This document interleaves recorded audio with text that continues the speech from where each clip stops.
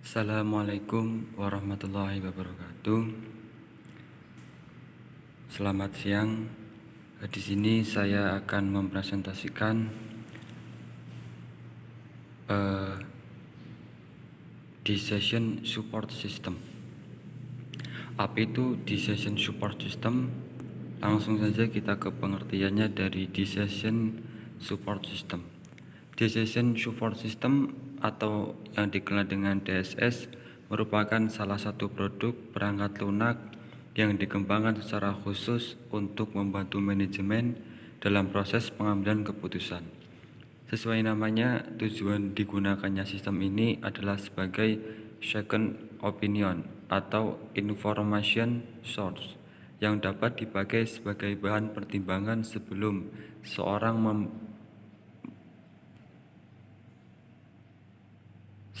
seorang manajer memutuskan kebijakan tertentu, yaitu sebagai pilihan.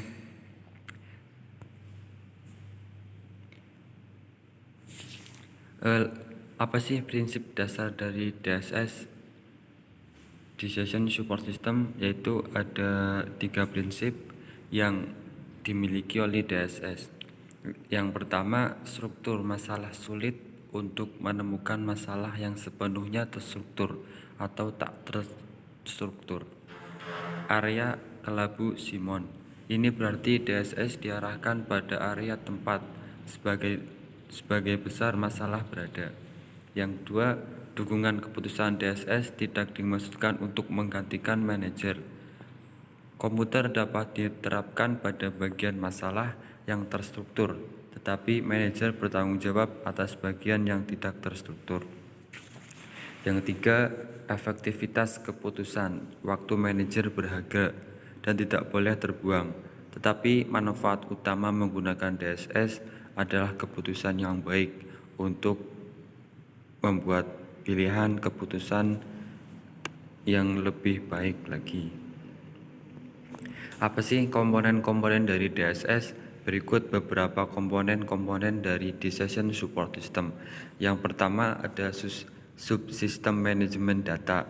Subsistem ini akan memasukkan satu database yang berisi data relevan dan dikelola oleh database manajemen sistem yang biasa kita kenal dengan DBMS. Yang kedua ada subsistem manajemen model, merupakan paket software yang memasukkan model keuangan, statistik, ilmu manajemen, atau model kuantitatif lainnya yang memberikan kapabilitas analitik dan manajemen software yang tepat. Yang ketiga ada subsistem antarmuka pengguna.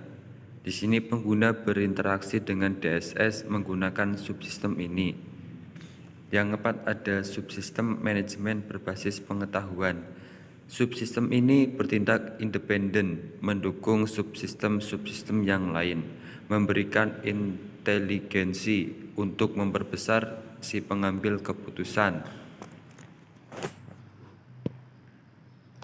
Selanjutnya ada jenis-jenis Decision Support System. Yang pertama, mengambil elemen-elemen informasi. Ini adalah dukungan terendah yang dapat diberikan oleh DSS, yakni berupa akses selektif terhadap informasi. Yang kedua, menganalisis seluruh file. Dalam tahap ini, para manajer diberikan akses untuk melihat dan menganalisa file secara lengkap.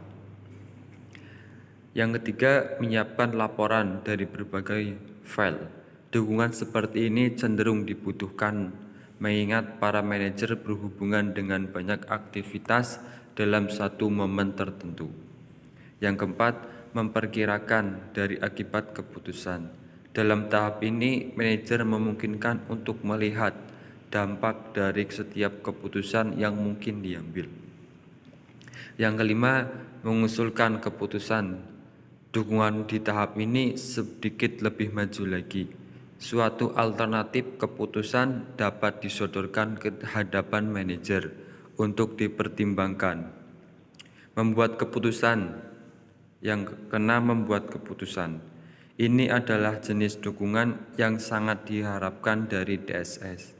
Tahapan ini akan memberikan sebuah keputusan yang tinggal menunggu legitimasi dari manajer untuk dijalankan legislasi.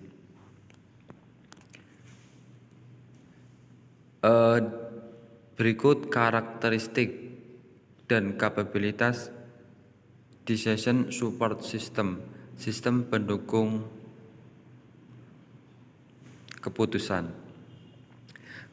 Karakteristik dan kapabilitas sistem pendukung menurut Turban, Sarda, dan Dellen 2011 diantaranya yaitu SPK menyediakan dukungan bagi mengambil keputusan terutama pada situasi terstruktur dan tak terstruktur dengan memadukan pertimbangan manusia dan informasi terkomputerisasi.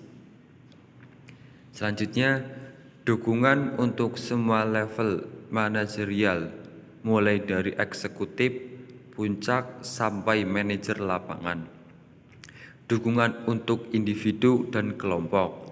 Masalah yang kurang terstruktur sering memerlukan keterlibatan individu dari departemen dan tingkat organisasional yang berbeda atau bahkan dari organisasi lain.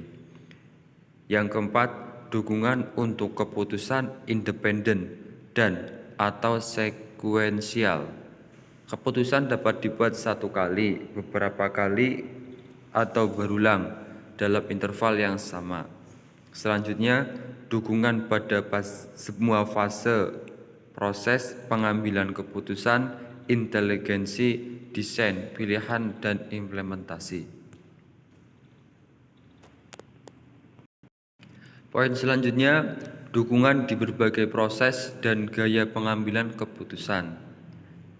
SPK selalu dapat beradaptasi sepanjang waktu. Pengambilan keputusan harus reaktif, dapat menghadapi perubahan kondisi secara tepat, dan dapat mengadaptasikan SPK untuk memenuhi perubahan tersebut.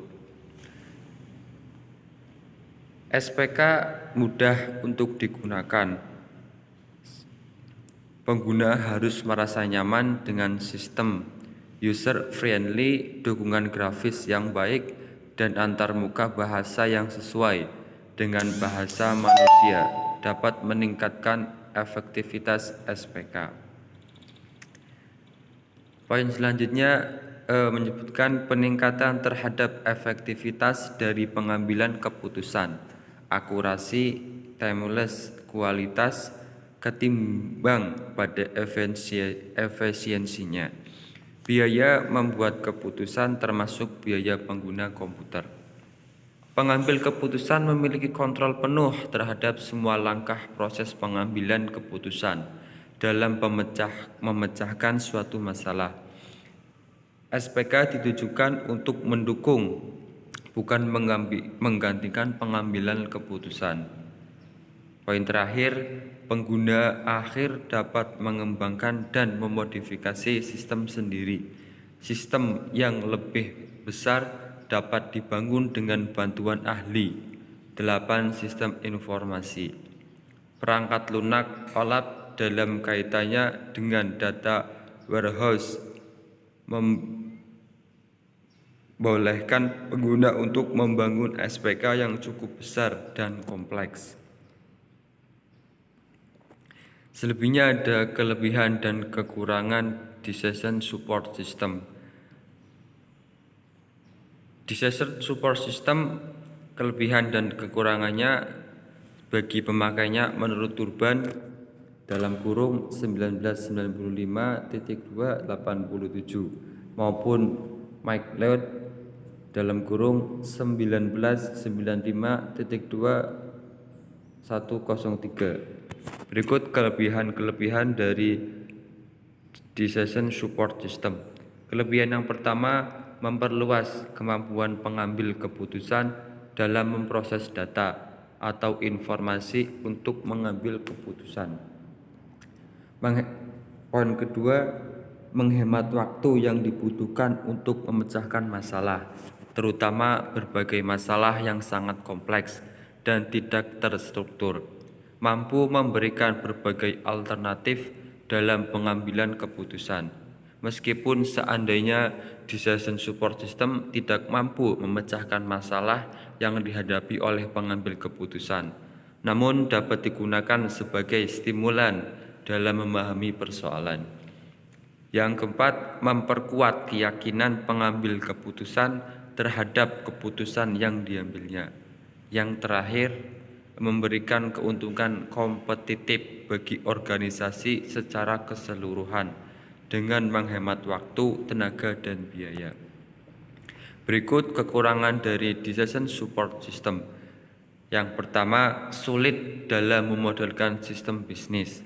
Yang kedua, mungkin akan menghasilkan suatu model bisnis yang tidak dapat menangkap semua pengaruh pada entiti.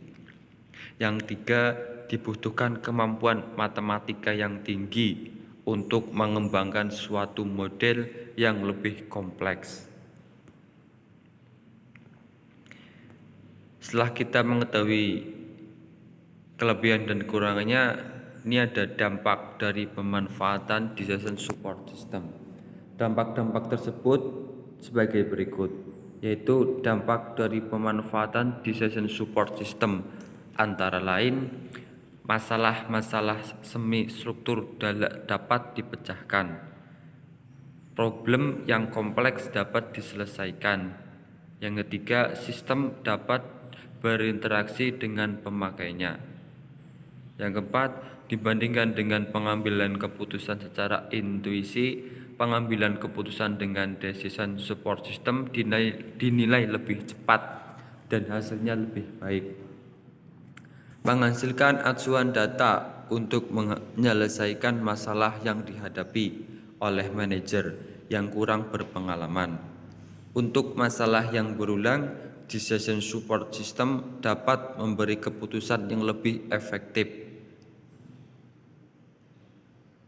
Fasilitas untuk mengambil data dapat memberikan kesempatan bagi beberapa manajer untuk berkomunikasi dengan lebih baik.